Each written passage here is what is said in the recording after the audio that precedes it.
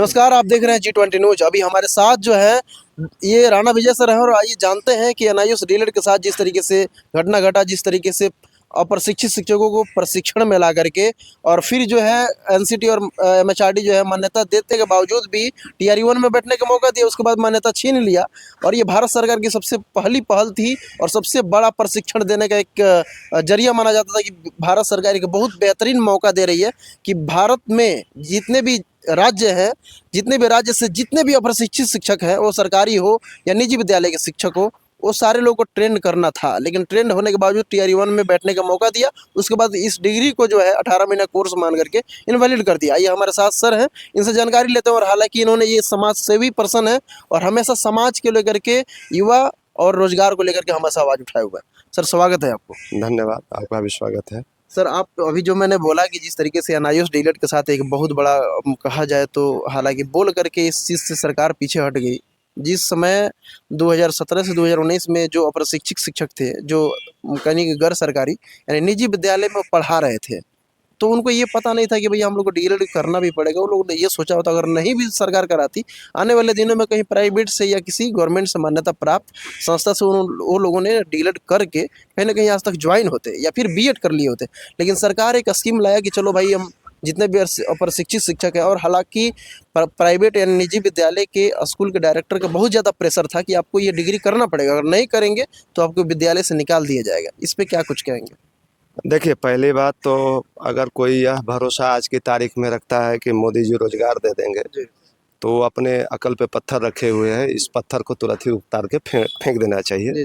पूरी दुनिया में प्रचारित है कि भारत पिछले 40 साल के सबसे भयानक बेरोजगारी के दौर में सबसे ऊपर है।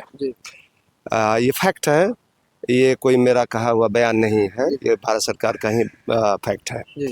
तीसरी बात है कि सरकार, मोदी सरकार क्या करना चाहती है, इसके इरादे क्या हैं। अगर अभी बहुत सारे लोगों को धुंधला है, आँख पर कुछ धुंधलापन है, तो उसको क्लियर कर लें। अब तो सरकार ये करने जा रही है कि जो अडानी को पूरा देश का जो खदान और संपत्ति दे दिया मोदी जी ने, अब बचे खुचे जो स्कूल हैं वो भी देने जा रही है। आपको मालूम होना चाहिए कि अडानी ने द माउंट कार्मल स्कूल को हायर कर लिया है। अच्छा। अब ये अपना शिक्षा व्यवस्था शुरू करेंगे। भारत सरकार की जो अपनी शिक्षा व्यवस्था है, उससे उनको उस एजुकेशन पॉलिसी से रास नहीं आ रहा जो पिछले 70-75 साल से चल रहा है सरकार के यहाँ, माने इस देश के अंदर। तो हम ये कहना चाह रहे हैं, उसमें तो और भी बातें थी। वो जो आप एनआईएस वाली बात कह रहे हैं, जो डिलीट कराने के बाद, उसमें तो उस समय ये भी बात हुई थी कि मोदी सरकार एक ऐसा एक्ट लाएगी कि प्राइवेट स्कूलों में भी जो पढ़ाने वाले शिक्षक हैं, उनको सरकारी शिक्षक के बराबर वेतनमान और सुविधा दी जाएगी। उसमें ये भी बात शामिल है, जो हमको ध्यान आ रहा है। अगर कहीं गलत होंगे तो आप करेक्ट करिएगा। तो इसलिए वो 17 लाख हो या 17 करोड़ हो, वो संख्या बढ़ेगी। वो 17 लाख करके आप उसकी अहमियत को घटाइए मत। हम कह रहे हैं कि वो 70 करोड़ हो जाएगा, है ना। ये बेरोजगारी दर है। 70 करोड़ को और भी आप ज्यादा कर ले सकते हैं, 120 करोड़ कर ले सकते हैं, ऐसा भी दौर है। तो इस दौर में ये कहना कि 14 लाख और 17 लाख बेरोजगारी है, ये तुच्छ मामला है। ये संख्या बहुत ज्यादा है। 41-45 साल के शासनकाल में सबसे भयानक बेरोजगारी के दौर में मोदी जी इस देश को ले आए। तो इसलिए इस सरकार से उम्मीद पालना कि यह सरकार बेरोजगारों के लिए कुछ करेगी, बेरोजगारी के सवाल पर कुछ करेगी, इस पर वो बात करना नहीं चाहती। वो बात करना गवारा नहीं समझते, उसको फालतू काम समझते हैं। जिसके मंत्री ये कहते हो कि कटोरा लेके भीख मांगना भी रोजगार हो, और खुद प्रधानमंत्री कहता हो कि पकौड़ा तलना रोजगार हो, उस सरकार से आप क्या उम्मीद कर सकते हैं? और उसकी मानसिक दशा को आप समझ सकते हैं कि कितना उसका थिंकिंग लेवल क्या किस लेवल का है। तो वो कोई लेवल नहीं है। वो भारत का कोई भी व्यक्ति, कोई भी पढ़ा लिखा छात्र नौजवान जो रोजगार की तलाश में है, सरकार के इस तर्क को कोई स्तरहीन मानता है। सीधी सी बात है। तो इसलिए सरकार के वादे और दावे झूठे हैं, खोखले हैं। अब यह सरकार सिर्फ बैसाखी पर है, कुछ दिनों की सरकार है। ये कुछ दिनों के बाद ये सरकार जानी चाहिए, और इस देश की तकदीर में तभी सही होगा जब ये सरकार जाएगी। ये बताइए सर, हम आपसे पूछते हैं कि क्या कई ऐसे दो टुकड़ा मतलब बयान होता है क्या? वही उसमें जो है सरकारी शिक्षक भी शामिल थे और प्राइवेट शिक्षक भी शामिल थे। यानी वो डिग्री करने के बाद सरकारी शिक्षक यानी जो मतलब सरकारी विद्यालय में है उसको ट्रेंड मान लिया जाएगा, और जो निजी विद्यालय में उसको अनट्रेंड मान लिया जाएगा। एक ही डिग्री ये कहाँ तक सही है सर, आप ही बताइए। नहीं, ये तो मैंने कहते हैं ना, मोदी जी के बारे में एक और कहावत है, ऐसा कोई सगा नहीं जिसको मोदी ने ठगा नहीं। तो ऐसा कोई सगा नहीं जिसको मोदी ने ठगा नहीं, और ऐसा कुछ बचा नहीं जिसको मोदी ने बेचा नहीं। तो ब्रांडिंग करने वाले हैं, हर चीज को बेचने वाले हैं और बेच करके रुपया कमाने वाले हैं। तो विज्ञापन निकाल दो, कुछ ऐसी झूठ बात बोल दो, करोड़ों लोग आ जाएं, एडमिशन चार्ज ले लो, एग्जामिनेशन चार्ज ले लो, ले करके अब बीजेपी का दफ्तर बना दो। ये इनका काम है, बेसिकली काम इनका यही है।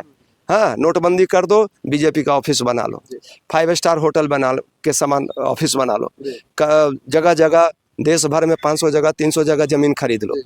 तो जहाँ देश की अर्थव्यवस्था गिरती है, लोगों की आमदनी घटती है, बीजेपी की आमदनी बढ़ती है, अडानी की आमदनी बढ़ती है, अंबानी की आमदनी बढ़ती है। तो आप साफ साफ समझ सकते हैं कि यह सरकार किसके पक्ष में है। ये आम जनता की सरकार नहीं है। जो लोग कुछ सामाजिक, धार्मिक और राजनीतिक मामलों में जो ये आईवास करके, कुछ नारे उछाल करके, कुछ अच्छे टोन में बातें बोल करके, ये जो भाषण बेच करके और देश चलाना चाहते हैं, ये ड्रामा खत्म होगा। और इसलिए इस देश ने इस बार इनको मैंडेट से रोक दिया। एक और चीज है कि मोदी जी को फोटो खिंचवाने का बड़ा शौक है और फोटो चिपकाने का बड़ा शौक है। जब वो पोस्टर निकाला गया था, जब वो पोस्टर जो है वेबसाइट पे छोड़ा गया था, तो मोदी जी का बड़ा फोटो था और ये सारी चीज लिखा हुआ था कि डिग्री जो है एनसीटी और एमएचआरडी से मान्यता प्राप्त है। जो एनसीटी और एमएचआरडी जिस डिग्री को वैलिड, अगर उसका मान्यता मिल जाए तो डिग्री वैलिड हो जाती है। डीएलएड और मतलब जो भी बीएड के लिए बात की करें तो ये मान्यता मिल जाती है। लेकिन मोदी जी का, हालांकि एनआईओ संस्था के पोर्टल पे अभी भी जाइएगा, रीजनल सेंटर जो पटना है ललित भवन में, हाँ, तो अभी भी उनका बड़ा पोस्टर लगा हुआ है। तो मैं ये समझ नहीं पा रहा हूँ कि सर मोदी जी का फोटो लगने के बावजूद भी अगर डिग्री इनवैलिड हो जाए, मोदी जी के कहने के बावजूद भी अगर डिग्री इनवैलिड हो जाए, मोदी जी खुद ये डिग्री को करवाए, भारत सरकार कराई, भारत सरकार में उस समय वही थे, अगर उनके करवाने के बावजूद भी ये डिग्री वैलिड हो जाए, तो सर हम किस पे विश्वास करें, ये हमको बताइए, क्योंकि सबसे सर्वोच्च पद होता है प्रधानमंत्री का। नहीं, हम आपकी बात को थोड़ा और करेक्ट कर दें, जी जी थोड़ा सा इंक्रीज कर दें उसमें। जी। या तो मोदी जी का फोटो इनवैलिड है या मोदी जी खुद इनवैलिड है। अच्छा। ये दोनों में से कोई एक चीज़ तो है। जी जी और सवाल ये है कि ब्रांडिंग करने का इनको शौक है, जी और ये फोटो सिर्फ चिपकाते नहीं है, पोस्टर नहीं बनाते हैं, जी ये दूसरे के भी तस्वीर पर अपनी फोटो चिपका देता है। ये असल सरकार है, इनका चरित्र ये है जी कि अपना किया कराया कुछ नहीं है, जी। लेकिन दूसरे के किए कराए पर भी अपना लेबल चिपका दो, अपना फोटो चिपका दो। ये ऐसी सरकार है। और जहां से मुसीबत नजर आए, जैसे कोविड के समय में जो भी आरटीसीपीआर पीसीआर जो जांच होता था कोरोना का, तो उस समय मोदी जी का फोटो आया है ना, और जब ये टीका वाला में मौत होने लगा तो मोदी जी का फोटो गायब हो गया। तो ये हम लोगों ने, देश ने देखा है, ये कोई नई बात नहीं है। तो हम ये कह रहे हैं, बार बार हम इस बात को कह रहे हैं कि यह सरकार एक नौटंकीबाज सरकार है, ड्रामेबाज सरकार है। इस सरकार को अडानी अंबानी के पक्ष में काम करना है, इसलिए कुछ ना कुछ ऐसा चुटकी बजाने वाला, कुछ ऐसा जादू दिखाने वाला, कुछ नाक से आवाज़ निकालने वाला, कुछ कान से आवाज़ निकालने वाला, कुछ आँख से करतब दिखाने वाला, इस तरह की ये सर्कस सरकार है। वास्तव में जो करना है, जो उपार्जन करना है, जो आर्थिक तरक्की करनी है, जो समाज का विकास करना है, जो इस देश के अंदर जिसको कहते हैं कि गंगा जमुनी तहजीब को लेकर के आगे बढ़ना है, ये सब इनको नहीं करना है, इसको नष्ट करना है। और जो पुरानी सामंती जागीरदारी प्रथा थी कभी, हाँ, वो चाहे हिंदुओं को रही हो, चाहे मुसलमानों की रही हो, किसी की भी रही हो, लेकिन शासन रूल करने का तरीका एक ही रहा है। ये सामंती व्यवस्था को यहाँ देश में लाना चाहते हैं, ब्राह्मणवादी व्यवस्था को लाना चाहते हैं। एक और पूछना चाहेंगे कि जिस तरीके से जीएसटी लाने से कहा जा रहा था कि देश का विकास होगा, क्या वो जीएसटी से फायदा क्या स्टूडेंट को हुआ अभी तक? जो स्टूडेंट जो है फॉर्म भरने में, पढ़ाई करने में, हर चीज़ पे वहाँ पर जीएसटी देना पड़ता है, क्या ये जीएसटी लेना चाहिए केंद्र सरकार को? क्या जीएसटी लेना चाहिए? इस पर तो बेहतर जवाब हमारे खान सर ने दिया है। अच्छा।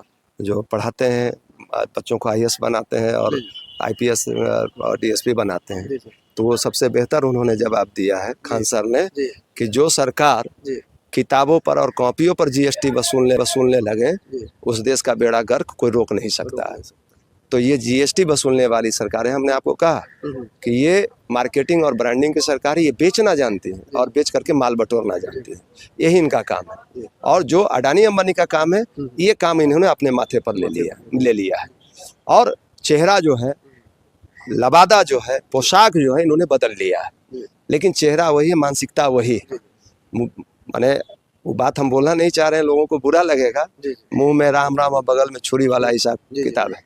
तो इसलिए ये बात नहीं है। जी बात यह है कि ये पॉलिटिकल ड्रामे की सरकार है। जी अगर ये सरकार है वास्तव में, तो इस सरकार के मंत्रियों को, इनके नेताओं को बताना चाहिए कि बीजेपी गवर्नमेंट की जी का अपना एजुकेशन पॉलिसी क्या है, जी अपना इंडस्ट्रियल पॉलिसी क्या है, जी अपना होम पॉलिसी क्या है, फॉरेन पॉलिसी क्या है, ये सरकार को बताना होगा। बताना। एग्रीकल्चर पॉलिसी क्या है, बिल्कुल। डिफेंस पॉलिसी क्या है, ये सरकार को बताना होगा।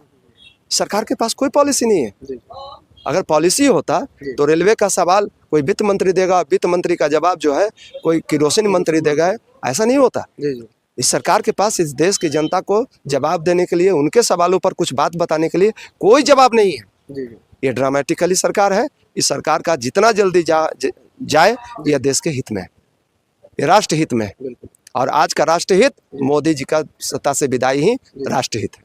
बहुत बहुत शुक्रिया सर आपका। क्या नाम धन्यवाद। है सर आपका? रणविजय कुमार, जी राष्ट्रीय सचिव AICCTU एक्ट 2। बहुत बहुत शुक्रिया सर आपका।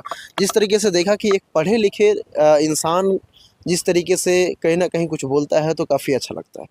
उन्होंने जिस तरीके से अपने बातों से बताया, जिस तरीके से अभी जो है क्या कारनामे है हमारे देश के माननीय प्रधानमंत्री तेजस्वी कहे जाने नरेंद्र मोदी जी का, उनके बारे में आप लोग ने सुना है कि किस तरीके से जो है बहुत सारी बातें मोदी जी एक वादा नहीं किए, मैं गिनाऊं तो काफ़ी ढेर सारे वादे निकल करके चले आएंगे।